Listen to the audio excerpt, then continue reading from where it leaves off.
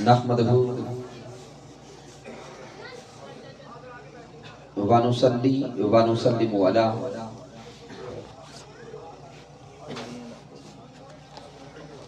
سیدنا و مولانا محمد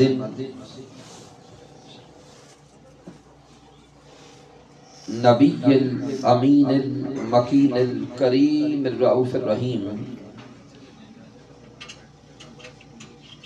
اما بعد فاعوذ باللہ من الشیطان الرجیم بسم اللہ الرحمن الرحیم قال اللہ تبارک و تعالی فی القرآن المجید الا تنصروه فقد نصره اللہ اذ اخرجہ الذین کفروا ثانی اثنین اذ ہما فی الغار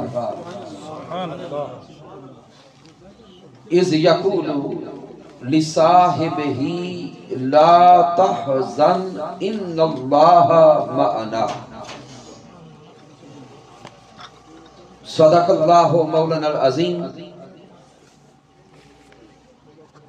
ان اللہ و ملائکتہ یصلون علی النبی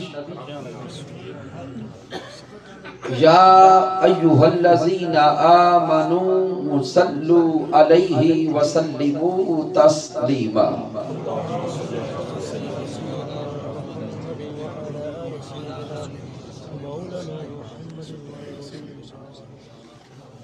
اللہ رب العزت کی توفیق سے اور تاجدار کائنات صلی اللہ علیہ وآلہ وسلم کے نعلین پاک کے تصدق سے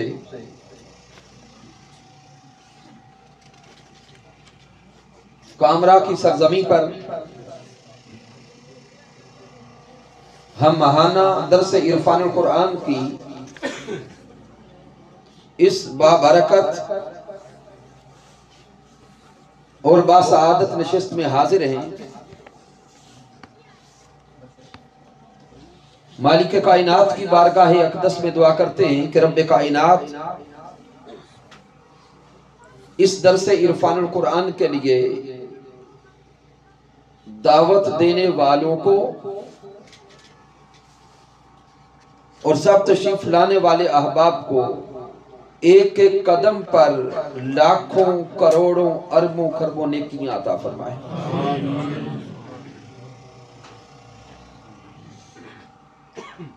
سامعین محترم،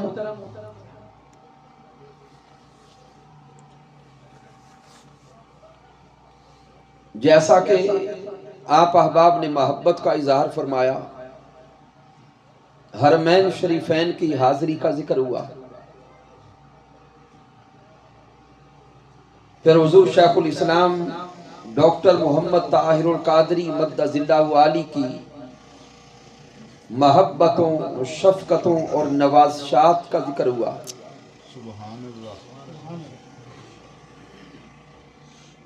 تو اختصار کے ساتھ کوئی دو جملے عرض کرتا ہوں۔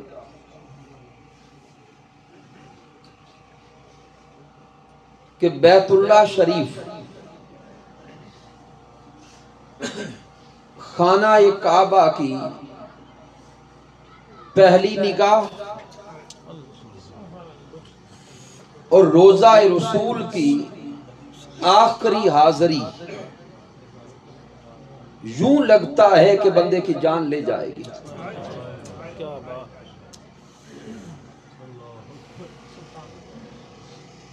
جب اللہ رب العزت کے گھر کعبۃ اللہ شریف پر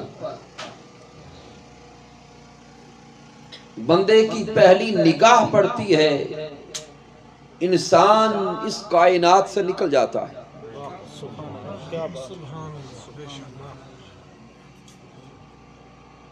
اور پھر جب آقا علیہ السلام کے در کی حاضری نصیب ہوتی ہے، تاجدار کائنات صلی اللہ علیہ وآلہ وسلم کا گنبد خضرا آنکھوں کے سامنے ہوتا ہے، تو بندہ یوں محسوس کرتا ہے کہ میرا اصل گھر یہی ہے۔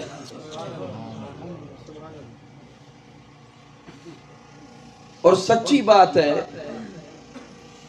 جو لمحات وہاں پہ گزر رہے ہوتے ہیں بندے کے وہم و گمان میں بھی نہیں ہوتا کہ لوٹ کے کہیں اور جانا ہے.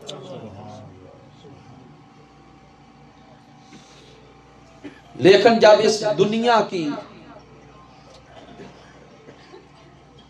ضروریات، دنیا کے تقاضے اور دنیا کی مجبوریاں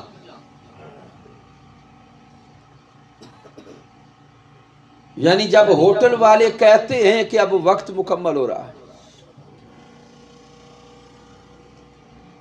تو بندہ آقا علیہ السلام کے در اقدس پہ ظاہری اعتبار سے آخری حاضری دیتا ہے. بس وہ لمحہ یوں لگتا ہے کہ اب روح نکل جائے گی.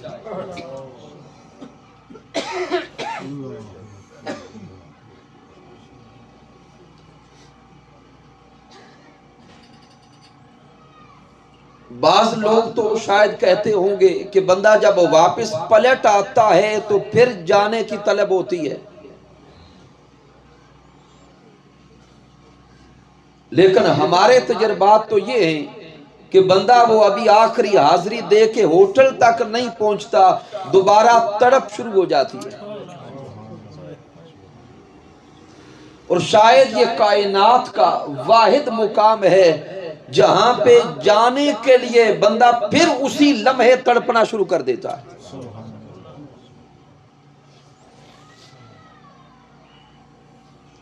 چونکہ ہم نے موضوع کو آگے چلانا ہے اس اعتبار سے جو اگلا جملہ دینے لگا ہوں. سامعین محترم، مرشد ہوتا ہے حضور کی بارگاہ تک پہنچانے کے لیے. طریقت و تصوف میں پیر ڈھونڈا جاتا ہے کہ پیر ہمیں حضور کے قدموں تک پہنچائے.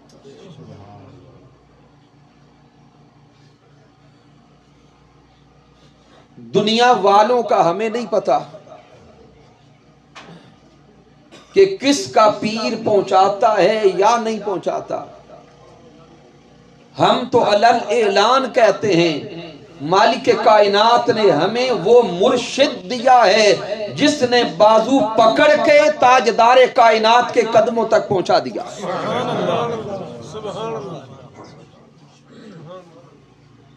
پھر دوری نہیں رہنے دی، پھر حجاب نہیں رہنے دیا، اور صرف وہاں پہنچایا نہیں، تاجدار کائنات کی بارگاہ میں جانا کیسے ہے یہ بھی سکھایا ہے. سبحان اللہ ماشاءاللہ.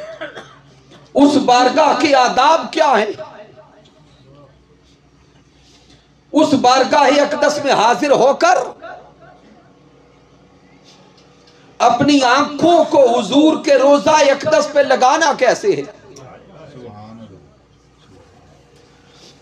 حضور کی بارگاہ میں جا کر اپنے قدموں کو اٹھانا کیسے ہے؟ اور حضور کی بارگاہ میں بیٹھ کر اپنی زبان کو حرکت میں لانا کیسے ہے؟ یہ سارے آداب اس صدی کے مجدد حضور شیخ الاسلام ڈاکٹر محمد طاہر القادری نے سکھائے بھی ہیں، بتائے بھی ہیں اور دکھائے بھی ہیں.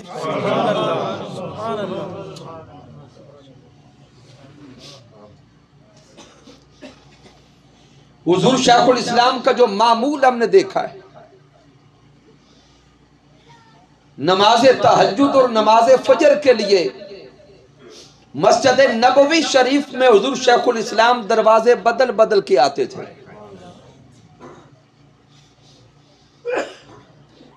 لیکن ہر روز کا معمول دیکھا ہے کہ نماز عصر سے لے کر نماز عشاء تک بالخصوص حضور شیخ الاسلام روضہ رسول کے سامنے مسجد نبوی شریف کے اندر بالکل حضور کے سامنے بیٹھا کرتے تھے. اور حضور شیخ الاسلام کے بیٹھنے کا انداز، آقا علیہ السلام کی بارگاہ کی طرف آپ کی توجہ، آپ کا انہماک، آپ کی فنائیت وہ یوں بتاتی تھی جیسے کوئی غلام اپنے آقا سے براہ راست کلام کر رہا ہوتا۔ جنہوں نے دیکھا ہے وہ اپنی آنکھوں میں تصور لائے۔ 6 8 10 گھنٹے مسلسل بیٹھنا اور وہاں بیٹھ کر حضور شیخ الاسلام کو دائیں بائیں ہم نے وقت گزاری کے لیے باتیں کرتے نہیں دیکھا۔ جیسے لوگوں کو وہاں دیکھا جاتا ہے کہ آدھا گھنٹہ بیٹھ کے تھک گئے، ایک دوسرے سے کلام کر لیا، اٹھ کے باہر چلے گئے، گھوم پھر آئے، چائے پی لی، کئی طرح کے انداز لوگ اپناتے۔ لیکن حضور شیخ الاسلام وہاں پہ نماز عصر یا نماز ظہر کے بعد آ کے بیٹھے اور نماز عشاء تک بیٹھے رہے۔ دو ہی معمول آپ کے دیکھیں، یا تو ان سارے اوقات میں نوافل ادا کر رہے ہوتے یا تلاوت قرآن کر رہے ہوتے۔ مصافحہ کرنے پہ پابندی تھی، اور وہ انتظامیہ کے احباب نے سارے کے سارے ماحول کو اپنی طرف سے مکمل ادب والا بنا کے رکھا۔ لیکن جب عرب شیوخ آتے تھے تو وہ چونکہ عرب تھے، شیوخ تھے، آئمہ تھے، مشائخ تھے، ان کے آنے کا انداز بھی جدا تھا، لیکن اس کے باوجود حضور شیخ الاسلام ان کو بس تھوڑا تھوڑا جزوی اخلاقی وقت دیتے تھے، باقی سارے کا سارا وقت حضور کی بارگاہ کے لیے حضور کے ساتھ سامنے جو کلام کرتے ہیں یوں حاضر ہوتے تھے۔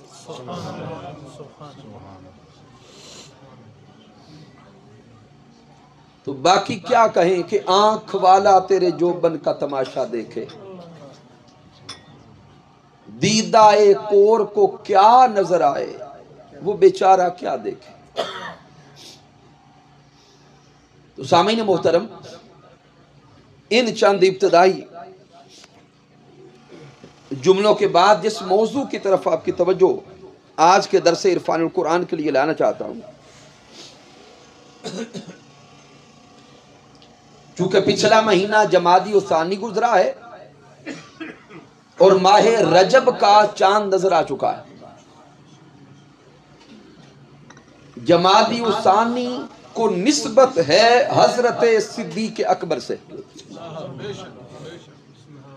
اور ماہ رجب کو نسبت ہے مولا کائنات سے۔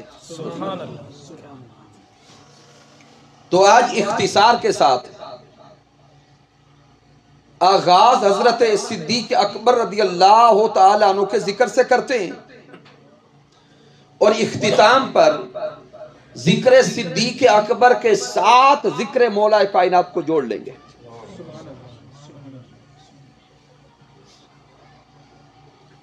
تو سامعین، اس موضوع کے لیے سرنامہ کلام کے طور پر سورہ توبہ کی معروف آیہ کریمہ تلاوت کرنے کا شرف نصیب ہوا ہے۔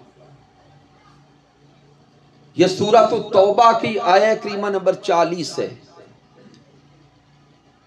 جہاں مالک کائنات ارشاد فرما رہا ہے اِلَّا تَنْصُرُوهُ فَقَدْ نَصَرَهُ اللَّهُ،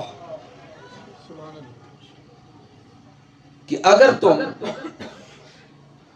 غلبہ دین حق میں رسول اللہ صلی اللہ علیہ وآلہ وسلم کی مدد نہ بھی کرو گے تو جان لو کہ ان کا مددگار اللہ ہے۔ یہ کلمات رب کائنات نے ارشاد فرما کے اشارہ سفر ہجرت مصطفیٰ کی طرف کیا۔ اِذْ أَخْرَجَهُ الَّذِينَ كَفَرُوا ثَانِيَ اثْنَيْنِ اِذْ هُمَا فِي الْغَارِ، کہ یاد کرو وہ لمحہ جب کفار نے تاجدار کائنات کو مکہ چھوڑنے پہ مجبور کر دیا۔ امام الانبیاء حبیب کبریا صلی اللہ علیہ وآلہ وسلم مکہ کو چھوڑ کر مدینہ المنورہ کی طرف ہجرت کرتے ہیں، اور سفر ہجرت میں غار ثور میں رکے، اور غار ثور کا ماحول کیا تھا؟ ثانیس نہیں اذ ہما فی الغار، کہ جب وہ غار کے اندر دو میں سے دوسرے تھے۔ اب سامعین محترم، اپنی ساری کی ساری سوچوں کو سفر ہجرت مصطفیٰ کی طرف لائیں کہ آقا علیہ السلام مکہ المکرمہ کو چھوڑ کے مدینہ المنورہ کی طرف چلے۔ آپ کے ساتھ آپ کے رفیق سفر حضرت ابو بکر الصدیق رضی اللہ تعالی عنہ ہے۔ دشمن پیچھے ہے، یہاں تک کہ مکہ میں یہ اعلانات ہو گئے کہ جس نے محمد مصطفیٰ کو معاذ اللہ گرفتار کر لیا اس کو بڑے بڑے انعامات سے نوازا جائے گا۔ وہ واقعات آپ سنتے رہتے ہیں۔ تو ابھی آقا علیہ السلام اور حضرت صدیق اکبر رضی اللہ تعالیٰ عنہ اپنے گھر سے نکلے ہیں، کم و بیش 4 سے 5 کلومیٹر کا سفر طے کیا۔ پیچھے مکہ میں شور مچ گیا، تو چلتے چلتے جبل ثور آتا ہے۔ جو احباب زیارت کر کے آئے ہیں تصور میں لائیں کہ آقا علیہ السلام کے در دولت سے، حضور کے گھر سے، کعبۃ اللہ سے کم و بیش یہ کچھ 4-4.5 کلومیٹر کا فاصلہ ہے جہاں پہ جبل ثور آتا ہے۔ صدقے جائیں حضرت صدیق اکبر کے عشق مصطفیٰ پر اور دیوانگی مصطفیٰ پر۔ حضرت صدیق اکبر سونے آقا سے عرض کرتے ہیں کہ پیارے آقا، دشمن پیچھے ہے، ہماری طاق میں ہے، دشمن کے لیے ایک حکمت یہ اپناتے ہیں کہ وہ 2 کو تلاش کرے گا، ہم 1 ہو جاتے ہیں۔ جملے سمجھیے گا، پرانے دور میں ہم پنجابی میں کہتے ہیں کھرا ٹورنا، یعنی دشمن کو پتا ہے کہ جانے والے 2 ہیں۔ حضرت صدیق اکبر آقا سے عرض کرتے ہیں کہ دشمن 2 کو ڈھونڈے گا اور ہم 1 ہو جاتے ہیں۔ اور 1 کیسے ہوتے ہیں؟ حضرت صدیق اکبر عرض کرتے ہیں سونے آقا آپ میرے کندھوں پہ سوار ہو جائیں، آپ میرے کندھوں پہ سوار ہو جائیں۔ اب جب دشمن پیچھے سے آئے گا تو یہاں تک تو چلتے چلتے وہ پائے گا کہ 2 ہیں، اس سے آگے 2 نظر نہیں آئیں گے، اس سے آگے 2 قدموں کے نشان، یعنی 1 انسان کے قدموں کے نشان ہوں گے۔ حضرت صدیق اکبر نے آقا کو کندھوں پہ اٹھا لیا اور غار ثور کی طرف چل پڑے۔ جنہوں نے جبل ثور کو دیکھا ہے، غار ثور کو دیکھا ہے، تصورات میں ڈوب کے دیکھیں، آج کے دور کے جوان بھی اگر غار ثور کی زیارت کے لیے جائیں تو جوانوں کا پہنچنا بھی آسان نہیں ہے۔ کم و بیش 5-10 مرتبہ راستے میں بیٹھنا پڑتا ہے، بار بار پانی پینا پڑتا ہے، اور پھر آج جب اس حکومت نے یا لوگوں نے اپنی مدد آپ کے تحت کئی مرتبہ راستوں کو آسان کرنے کی کوشش کی، اس کے باوجود ایک مقام ایسا آتا ہے کہ پہاڑ لگتا ہے یوں بالکل سیدھا ہو گیا، چلنا ظاہراً ممکن نہیں رہتا۔ تو آج کے دور کا انسان جسے نہ ظاہراً کوئی خوف ہے، نہ کوئی خطرہ ہے، ساتھ پانی بھی ہے، کھانا بھی ہے، پیچھے دشمن بھی نہیں، اور اوپر کسی اور کی ظاہراً ذمہ داری بھی نہیں، تو صدقے جاؤ حضرت صدیق اکبر کی وفاؤں پر حضرت صدیق اکبر نے اس ماحول میں تاجدار کائنات کو کندھوں پہ سوار بھی کیا، اور کم و بیش 1.5 کلومیٹر کا فاصلہ پہاڑ پر یوں طے کرتے گئے جیسے کسی جنون میں مست ہوتے۔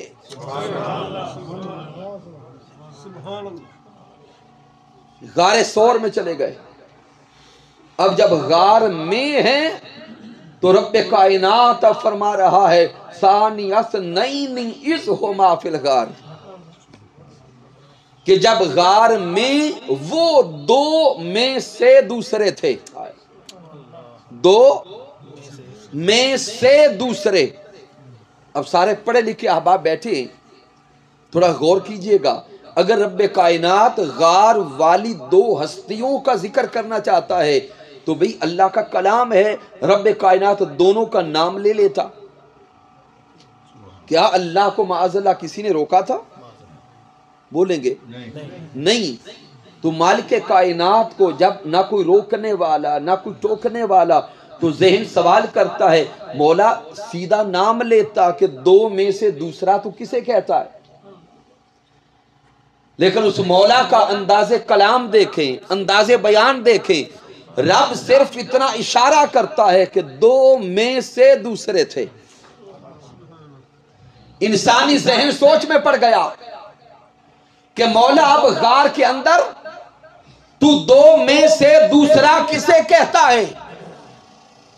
تو حضور شیخ الاسلام فرماتے ہیں کہ اگلی آیت کو پڑھو، راز کھل جائے گا کہ مولا دوسرا کسے کہتا ہے۔ اسی آیہ کریمہ کو آگے پڑھا تو اگلے کلمات سامنے آئے، ثانی اثنین اذ ہما فی الغار۔ یہ فرما کے مالک کائنات فرماتا ہے اذ یقول لصاحبہ لا تحزن ان اللہ معنا، کہ غار میں وہ جو دو میں سے دوسرے ہیں وہ اپنے صاحب سے، اپنے صحابی سے، اپنے رفیق سفر سے کہتے ہیں اے میرے صحابی غم نہ کر، اللہ ہمارے ساتھ ہے۔ سبحان اللہ، سبحان اللہ، سبحان اللہ۔ غم نہ کر، اللہ ہمارے ساتھ ہے۔ تو سامعین محترم، یہ کلمات جس ہستی کے ہیں، رب اسی ہستی کو یہاں پہ دوسرا کہہ رہا۔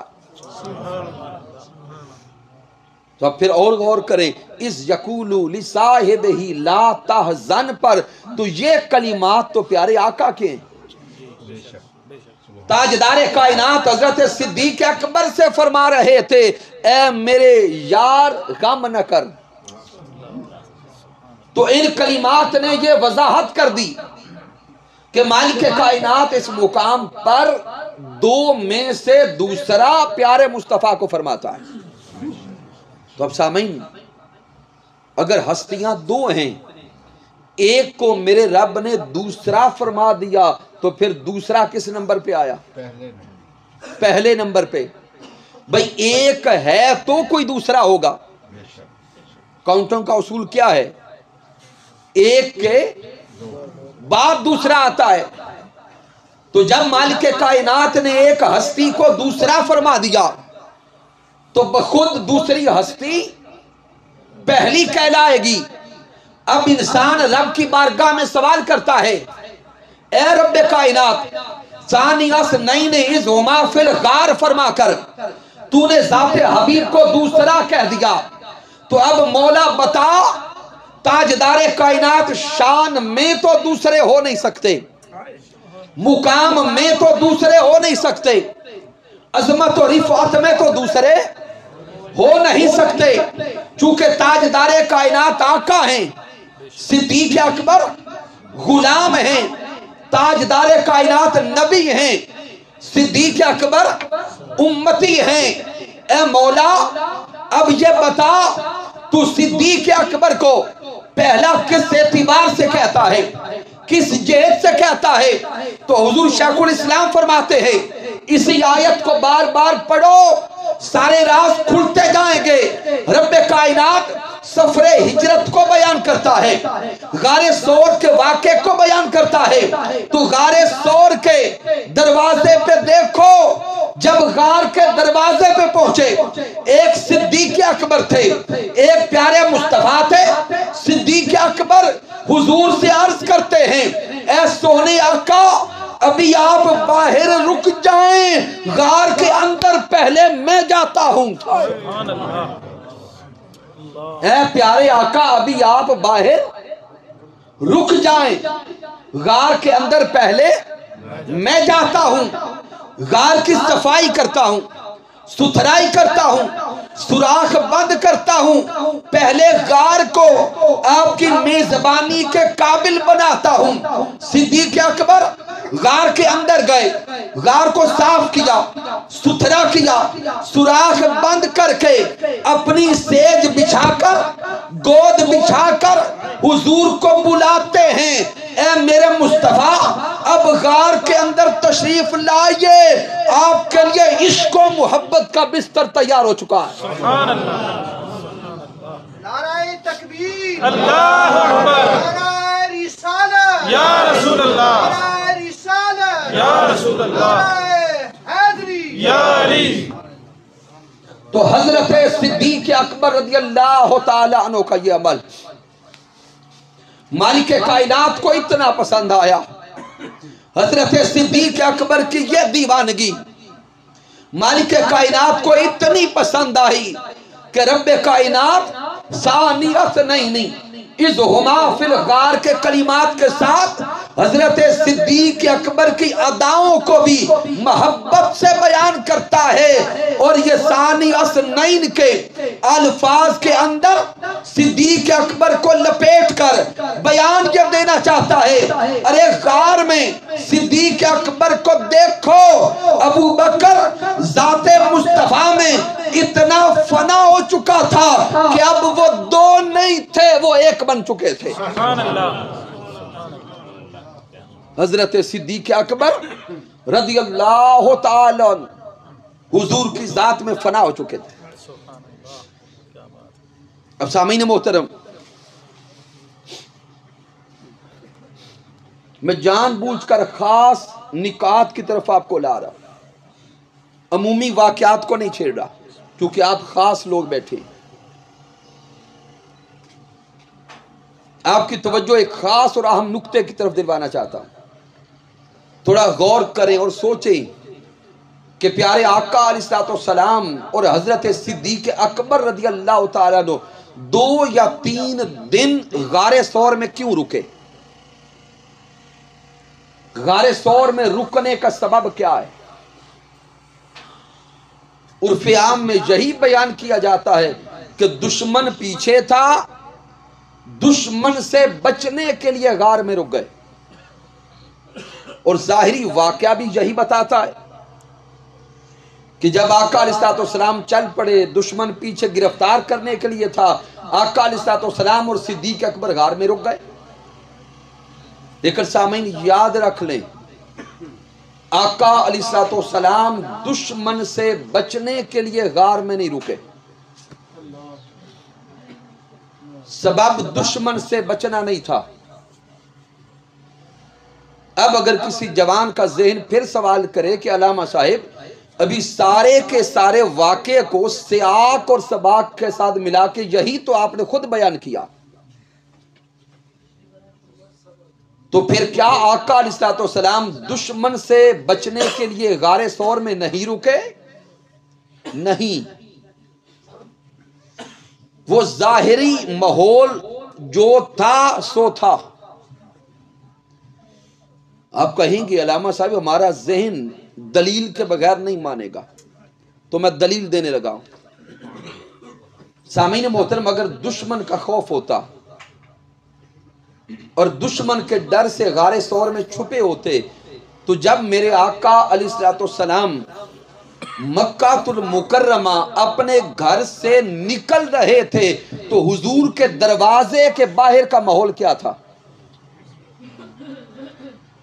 1 یا 2 دن پہلے دار الندوہ میں مشرکین اور کفار نے یہ اجلاس کیا تھا کہ معاذ اللہ رات کو 40 کے قریب جوانوں کو ننگی تلواریں دے کر مسلمانوں کے نبی کے دروازے پہ کھڑا کر دو، اور جب وہ رات کو اپنے گھر سے نکلیں تو معاذ اللہ حملہ کر کے کام تمام کر دیا جائے۔ جس رات رب کائنات محبوب کائنات کو ہجرت کا اذن فرماتا ہے، اس رات وہ 40 کے قریب کافر جوان ننگی تلواریں لے کر حضور پہ حملہ کرنے کے لیے ساری رات تیار کھڑے رہے۔ مالک کائنات فرماتا ہے محبوب اب آپ مکہ کو چھوڑ کے مدینہ چلے جائیں۔ آقا علیہ السلام ظاہری حکمت کیا اپناتے ہیں کہ اپنے بستر پہ مولا کائنات کو لٹایا، اپنے بستر پہ حضرت مولا علی شیر خدا کو لٹا دیا، اور ساتھ میرے آقا نے فرمایا علی میرے بستر پہ لیٹ جا، یہ ساری انہی کافروں کی امانتیں گھر پڑی ہیں، کل دن کو ان کفار کی امانتیں لوٹا کے مدینہ آ جانا۔ حضرت مولا علی شیر خدا حضور کے بستر پہ لیٹ گئے۔ بعد میں کسی نے پوچھا علی اس بستر پہ تو کفار حملہ کرنے والے تھے، کسی لمحے بھی حملہ ہو سکتا تھا، تو کیا آپ کو اس بستر پہ نیند آ گئی؟ تو مولا کائنات فرماتے ہیں جتنی پیاری نیند اس رات اس بستر پہ آئی، ایسی نیند پوری زندگی نہیں آئی۔ سوال کرنے والا پھر سوال کرتا ہے کہ کیا نیند آ گئی تھی؟ جان جانے کا خوف نہیں تھا؟ دشمن کے حملے کا ڈر اور خطرہ نہیں تھا؟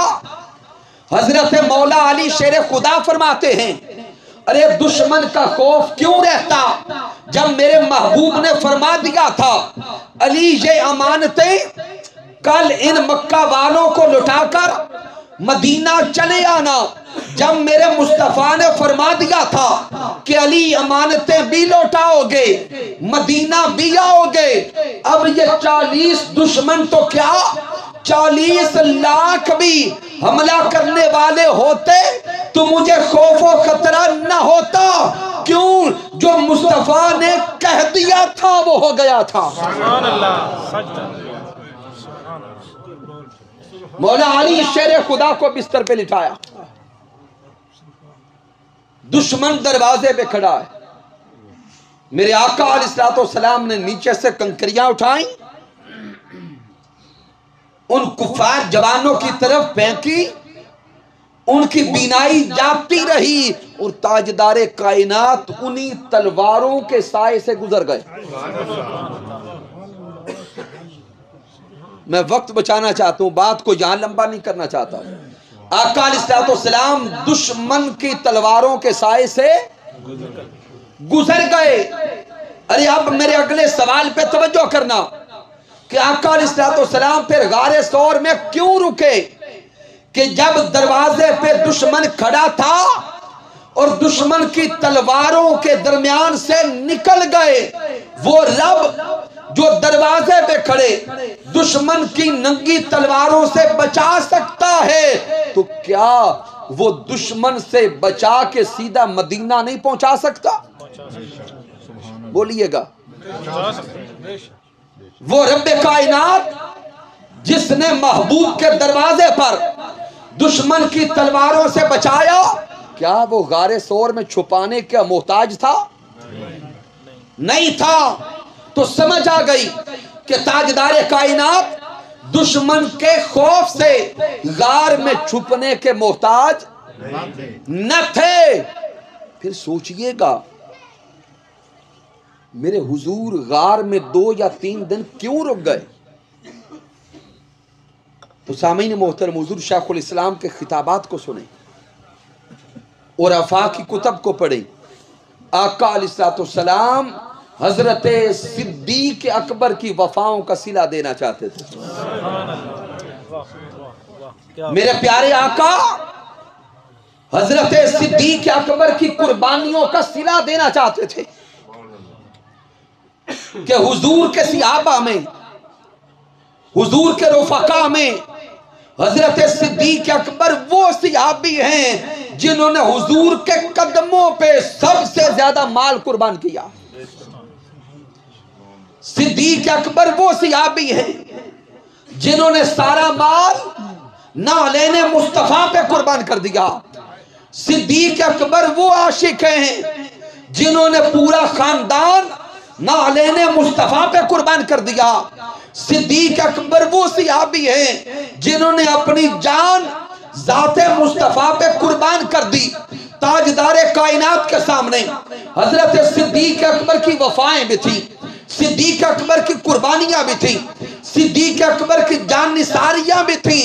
اس لیے میرے مصطفیٰ نے وہ ماحول بنایا کہ آج صدیق کی قربانیوں کا صلہ دیا جائے کہ اور کوئی نہ ہو۔ غار کے اندر کچھ لمحات تو وہ دیے جائیں کہ صدیق دیکھے تو سامنے مکھڑا مصطفیٰ کا ہو، مصطفیٰ دیکھیں تو چہرہ صدیق اکبر کا۔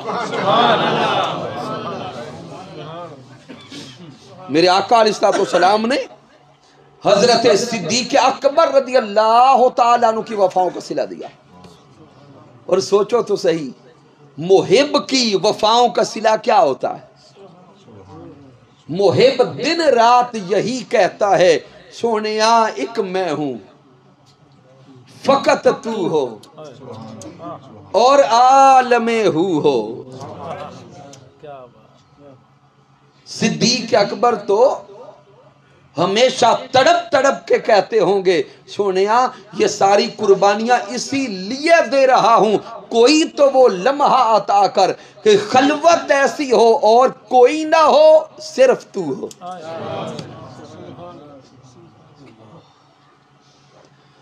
پھر میرے آقا کی عطائیں دیکھیں، تاجدار کائنات نے وہ ماحول دیا۔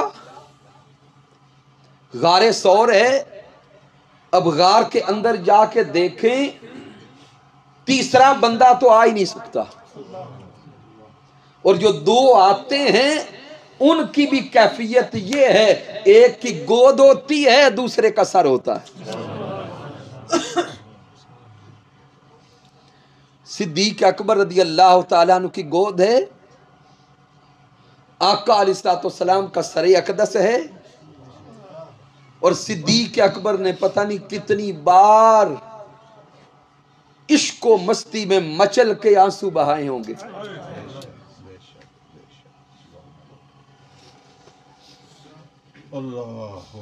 دو یا تین دن میرے آقا نے حضرت صدیق اکبر کو وہ خلوت دی اور وہ فیض عطا کیا کہ میرے محبوب نے صدیق اکبر پہ توجہ اتحادی فرما دی،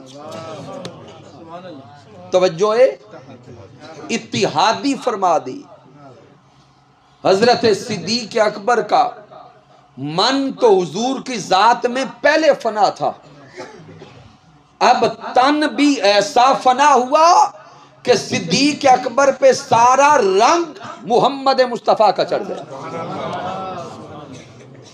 صدیق اکبر کا اپنا چہرہ مہرا حضور کی شکل و صورت میں ایسا فنا ہو گیا کہ اب صدیق اکبر میں بھی جھلک حضور کے چہرے کی نظر آتی تھی۔ صحیح بخاری کو اٹھائیں، امام بخاری بیان کرتے ہیں کہ جب آقا علیہ السلام اور حضرت صدیق اکبر غار ثور سے نکلے، آگے چلتے چلتے جب مدینہ المنورہ پہنچے، میرے آقا نے پہلا پڑاؤ قباء میں فرمایا، جہاں پہ آج مسجد قباء ہے۔ تاریخ اسلام کی پہلی مسجد، اور یہ مسجد قباء شریف وہ مسجد ہے جس کی بنیادوں کے لیے پہلا پتھر میرے حضور نے اپنے ہاتھوں سے اٹھایا تھا۔ دوسرا پتھر حضرت صدیق اکبر نے اٹھایا،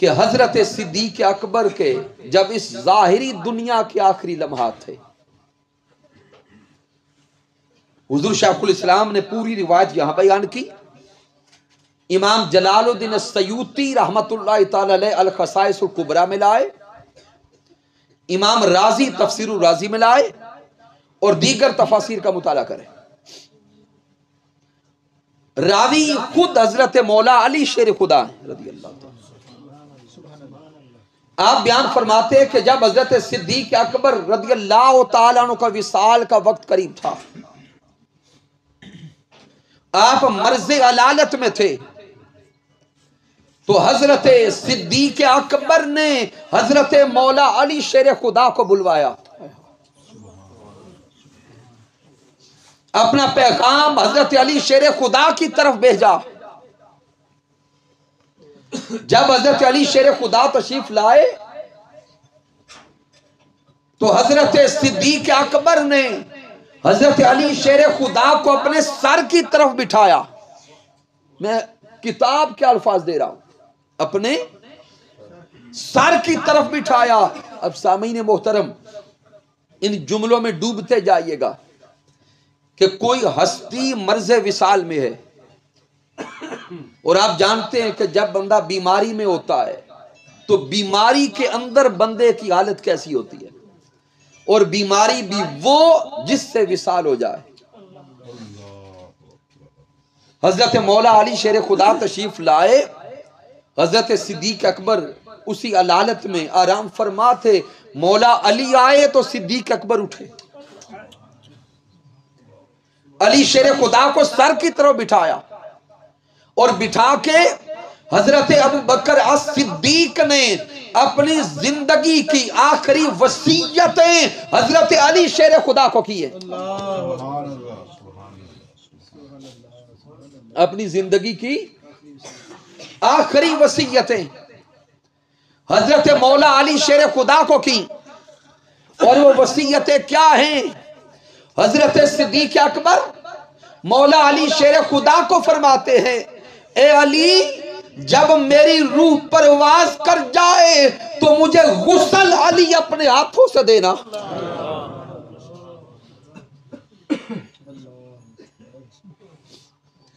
اے علی، مجھے غسل اپنے ہاتھوں سے دینا، مجھے کفن اپنے ہاتھوں سے پہنانا، اور میرا جنازہ اٹھا کے چلنا۔ اور اے علی شیر خدا، میرے جسد خاکی کو تاجدار کائنات کے در اقدس پہ لے جانا، حضور کے روضہ اقدس کے سامنے رکھ کر اے علی حضور کی بارگاہ میں عرض کرنا کہ حضور آپ کا عاشق آیا ہے۔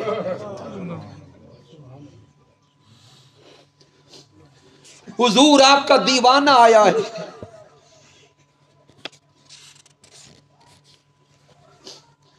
حضور آپ کی ذات پہ سب کچھ قربان کرنے والا آیا ہے۔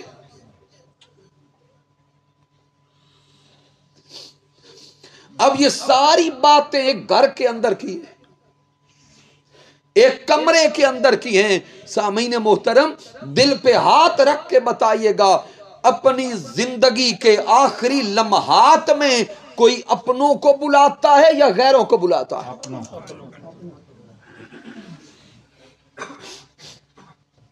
تصور میں لائیں، ہمارے دائیں بائیں محلوں میں، گھروں میں بھی لوگ دنیا سے گئے، جب مرض وصال ہوتی ہے، حالت نزاع ہوتی ہے اور موت قریب ہوتی ہے، اس وقت بندہ صرف اسی کو بلاتا ہے جس کے ساتھ دل لگی ہوتی ہے، باقی سارے بھول جاتے ہیں۔ اور اولاد میں سے بھی صرف اسی کا نام زباں پر ہوتا ہے جس کے ساتھ خاص پیار ہوتا ہے اور سب سے زیادہ پیار ہوتا ہے۔ بلا تشبیہ و بلا مثال حضرت صدیق اکبر رضی اللہ تعالیٰ عنہ کا مرض وصال میں اور اس دنیا کے ظاہری لمحات میں حضرت علی شیر خدا کو بلانا، اپنے سر کی طرف بٹھانا، علی شیر خدا کو وصیت کرنا یہ ثابت کر رہا ہے کہ دنیا والوں بعد میں فتنے پیدا نہ کرنا. تم سمجھ لو صدیق اکبر کو اس دنیا میں اگر کسی سے سب سے زیادہ پیار ہے تو ہستی علی کی ہے. وہ ہستی علی کی ہے، وہ ہستی علی کی ہے. یہ پیار تو حضرت صدیق اکبر کا تھا مولا علی کے ساتھ. اور جب حضرت صدیق اکبر کا وصال ہو گیا، حضرت مولا کائنات کی کیفیت کو بھی حضور شیخ الاسلام نے بیان کیا. حضرت مولا کائنات کی آنکھوں میں آنسو تھے.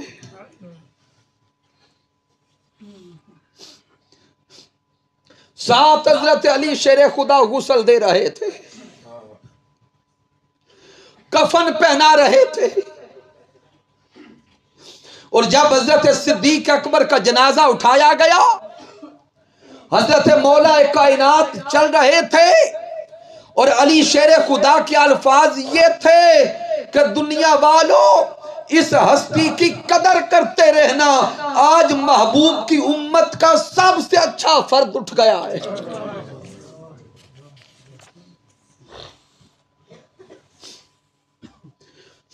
محبوب کی امت کا سب سے بہتر فرد ہم سے جدا ہو گیا. حضرت صدیق اکبر رضی اللہ تعالیٰ عنہ کے جسد اطہر کو تاجدار کائنات کے روضہ اقدس کے سامنے لائے اور مولا کائنات حضور کی بارگاہ میں عرض کرتے، سونے آقا وہ ابو بکر آیا ہے جس کو آپ نے رفیق سفر ہجرت بھی رکھا تھا. وہ ابو بکر آیا ہے جو آپ کا وفادار بھی ہے، یار غار بھی ہے، آپ کی ذات پہ سب کچھ لٹانے والا بھی ہے. اور سونے آقا آپ کی صحبت چاہتا ہے، رفاقت چاہتا ہے، قرب چاہتا ہے، آپ کی معیت میں آنا چاہتا ہے. حضرت مولا علی شیر خدا کا عرض کرنا تھا کہ حضور تاجدار کائنات کی قبر انور سے آواز آئی.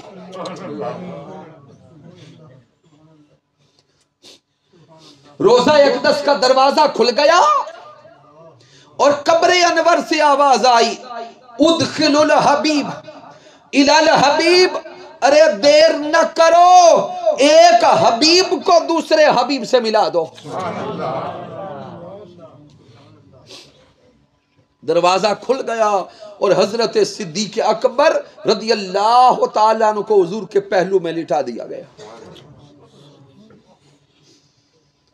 ارے حضور تاجدار کائنات تو کل بھی زندہ تھے، آج بھی زندہ ہے. یہ دیکھنے والے کی آنکھ ہے کہ کہاں تک دیکھتی ہے.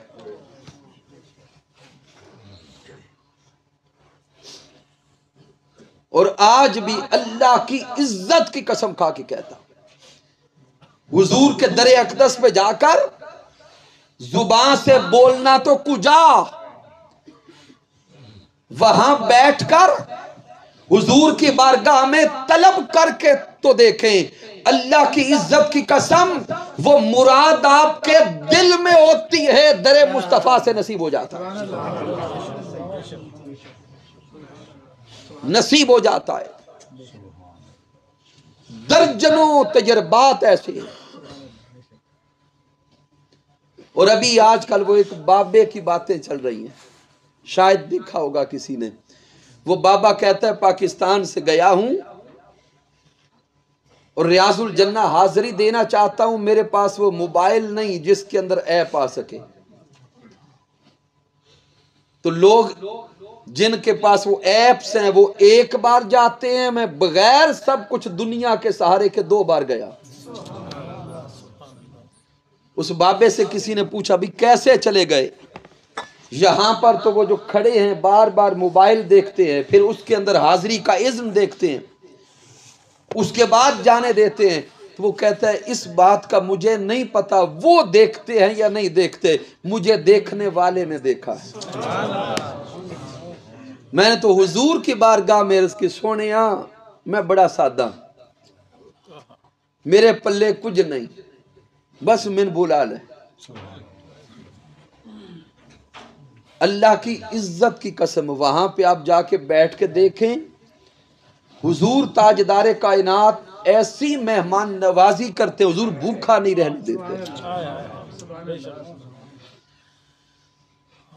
کتنے ایسے لوگ، کچھ ساتھی کہہ رہا تھا میں نے ناشتہ نہیں کیا، دوپہر کا ٹائم ہونے لگا تھا، بھوک لگی تھی، اندر سوچا حضور بھوکا ہوں، کسی نے بازو سے پکڑ کے آ کے کہا ادھر آؤ تم سے کام ہے، اس کو بہت اچھی وی آئی پی کھانے کی ڈش اس کے سامنے رکھی، یہ آپ کے لیے۔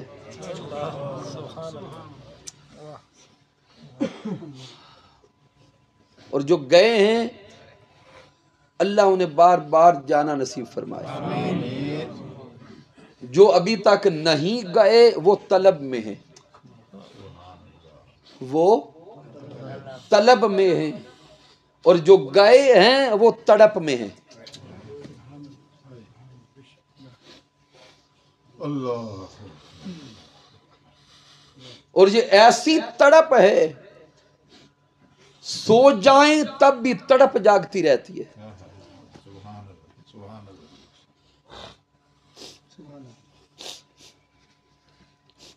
اور اپنی زندگیوں کا یہ خاصہ بنا لیں، زندگیوں کا ایم اور مقصد بنا لیں کہ ہم نے در حضور پہ جانا ہے،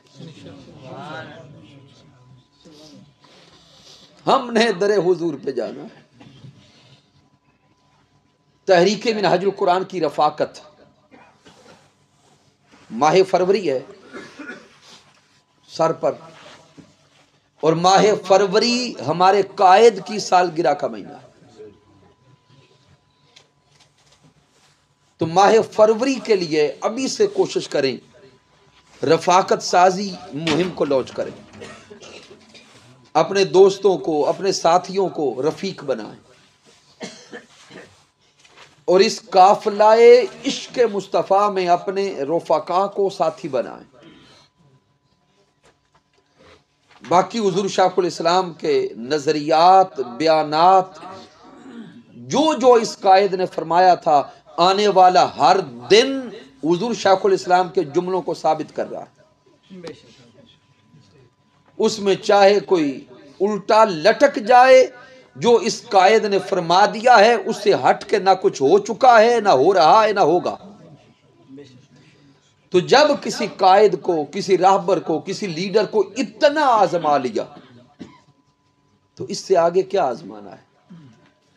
تو آئیے تمام احباب کوشش کریں کہ رفاقت سازی مہم کا بھی حصہ بنے، اور یہاں اس ادارے کے لیے ہر بندہ اپنی اپنی ہمت و بساط کے مطابق کچھ نہ کچھ حصہ ڈالے۔ کی محمد سے وفا تو نے تو ہم تیرے ہیں، یہ جہاں چیز ہے کیا لوح و قلم تیرے ہیں، وما علینا الا البلاغ المبین۔